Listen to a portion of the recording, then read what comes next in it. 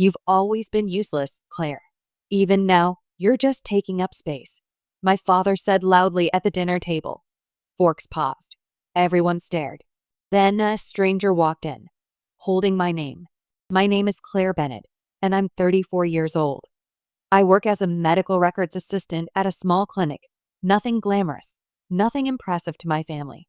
Growing up, I was always the one they overlooked, especially compared to my older brother, who was the one they always praised. My father built a modest construction business, and he made it clear early on that I didn't belong in his world. I wasn't loud, wasn't bold. I preferred quiet work, details, systems, things no one ever noticed. My mother stayed silent most of the time, like agreeing without saying a word. I struggled for years with self-doubt, wondering if maybe they were right about me. But even then, I held on to one thing. I paid attention. I listened. I remembered everything. I wasn't rich or powerful, but I had something they didn't expect. If you've ever been treated like you didn't matter in your own family, hit that subscribe button. I know how quiet pain feels. Tell me in the comments, have you ever been underestimated like that? And if you've been there, click hype. Let's get into it. It was supposed to be a celebration. My father's construction business had reached some small milestone, and the whole family gathered to honor him. Relatives filled our dining room. Friends from his work sat shoulder to shoulder, raising glasses. The air smelled like roasted chicken and red wine. I sat near the end of the table, trying to blend in. That's when my father stood up, glass in hand, and started his speech. He thanked everyone. He praised my brother for stepping up in the business. Then his eyes landed on me. And Claire, he said with a smirk, she files papers. That's her big achievement. Laughter erupted. My brother leaned back in his chair, grinning. Yeah, Dad. Real groundbreaking stuff she does. More laughter. I felt my face burn. I stared at my plate, fork frozen in my hand. My father wasn't done. He tilted his head, voice dripping with mock pity. Honestly, if she disappeared tomorrow, nothing would change. The room went quiet for just a second. Then came the awkward chuckles. I wanted to vanish. That's when the front door opened. A man in a dark suit stepped inside. Middle-aged, calm, professional. He scanned the room and his eyes found me. Claire Bennett? He asked. I nodded, confused. He walked straight to me, ignoring everyone else. In his hand was a thick manila envelope. This is for you. It's a sealed hospital file. You need to see it personally. My father stood abruptly. This isn't the place for whatever nonsense that is. The man didn't flinch. This concerns a medical case from 20 years ago. She deserves to see it. All eyes turned to me. My hand shook as I reached for the file. The label read, Confidential. Birth record discrepancy. My father's voice cut through the silence like a blade. Hand that over, Claire. Now. His tone wasn't asking. It was commanding. I looked up at him, still holding the envelope. Why? I asked quietly. Because it's irrelevant drama, he snapped, and you're embarrassing yourself. My brother laughed from across the table. Of course she is. She's desperate for attention. This is classic Claire. The room felt smaller. I could feel everyone watching, waiting to see if I'd obey like I always did. But something inside me shifted. I shook my head. No, I'm keeping it. It was the first time I'd ever refused him. My father's face turned red. My mother appeared in the hallway later that night. She knocked softly on my bedroom door. Claire, sweetheart, she said, voice gentle but strained. Can we talk? I let her in. She sat on the edge of my bed, hands folded in her lap. I think you should just forget about that file, she said. Don't ruin this family over nothing. I stared at her. Nothing? You don't even know what's in it. Her eyes flickered with something I hadn't seen before. Fear. Exactly, she whispered. So why dig it up? That's when I knew. She wasn't protecting me. She was protecting them.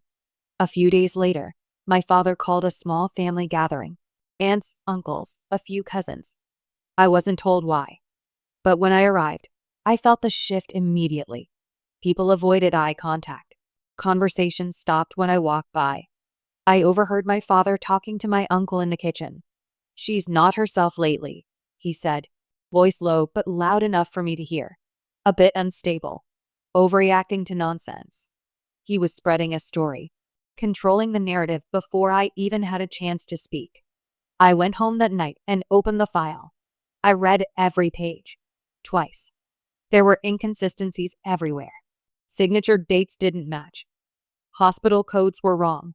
Forms were missing stamps. I worked with medical records every single day. I knew what fraud looked like. And this was fraud. I looked up from the papers, heart pounding. "Why are you all so scared of a file?"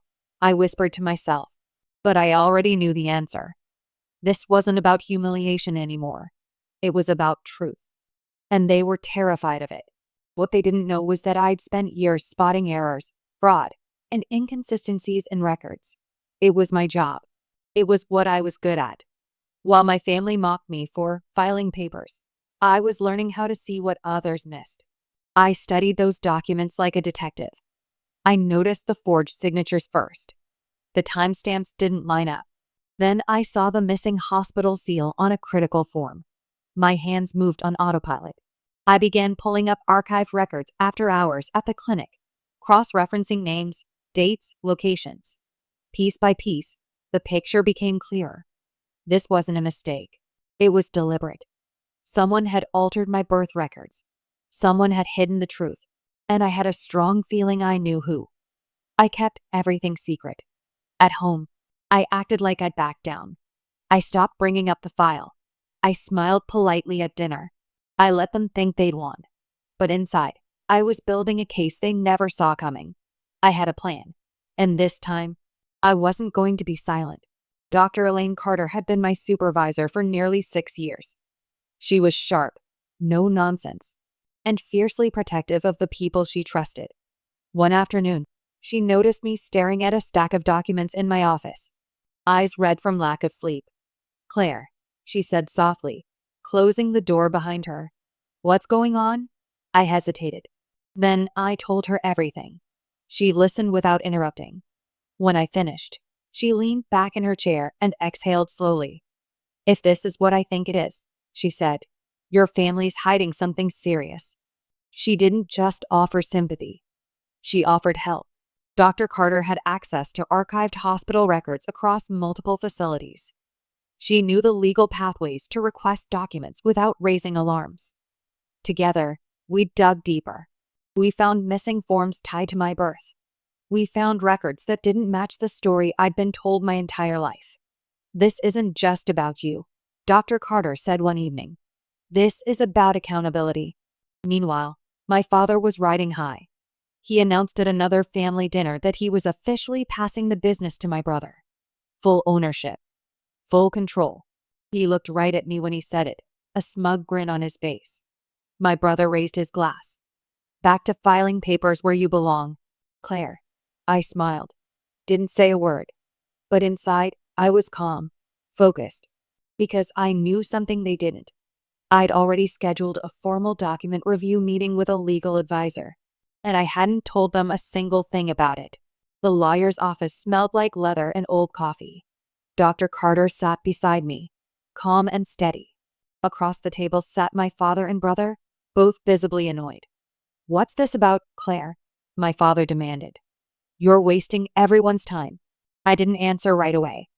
I opened my folder and slid the hospital file across the table. Then I placed the verified records beside it. "It's proof," I said. My father's face twisted. "Proof of what?" "That my birth records were illegally altered," I said. My voice didn't shake. "And that you were involved." The room went still. The legal advisor, a woman named Ems Brennan, leaned forward. "These documents show clear evidence of forgery and manipulation," she said. "Signatures don't match. Dates are inconsistent. And there's a financial trail tied to an insurance claim filed under false pretenses." My father's jaw tightened. "This is ridiculous." "It's not," I said. "You manipulated hospital records to cover up an error that benefited you financially. You claimed me as your biological child to secure benefits you weren't entitled to."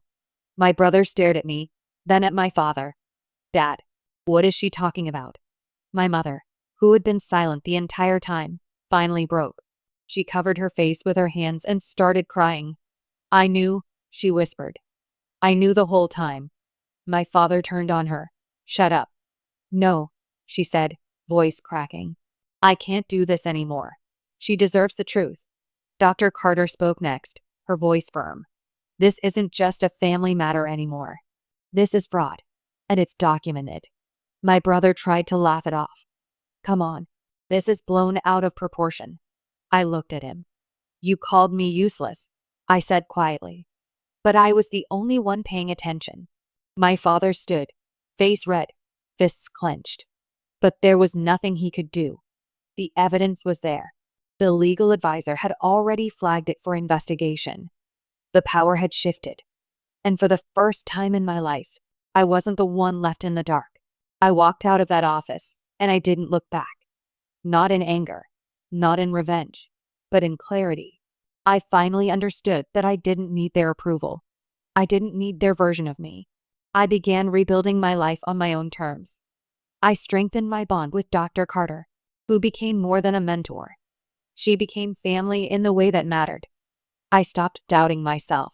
I stopped shrinking to fit into spaces that were never meant for me.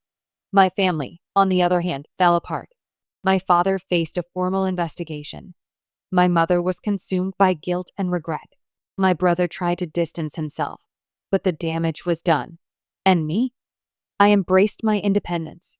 I wasn't who they said I was, and I never needed to be. Sometimes the truth doesn't break you. It frees you. If your family ever made you feel small or hid the truth from you, you know how deep that pain goes. Share your story in the comments. I want to hear what you've been through. Subscribe to connect with others who face the same. And click Hype to help this story reach others who need it. Your story has power. If you felt a connection to mine, please subscribe and share your journey in the comments. Every hype you give this video helps empower someone else. Thank you for being here and for listening.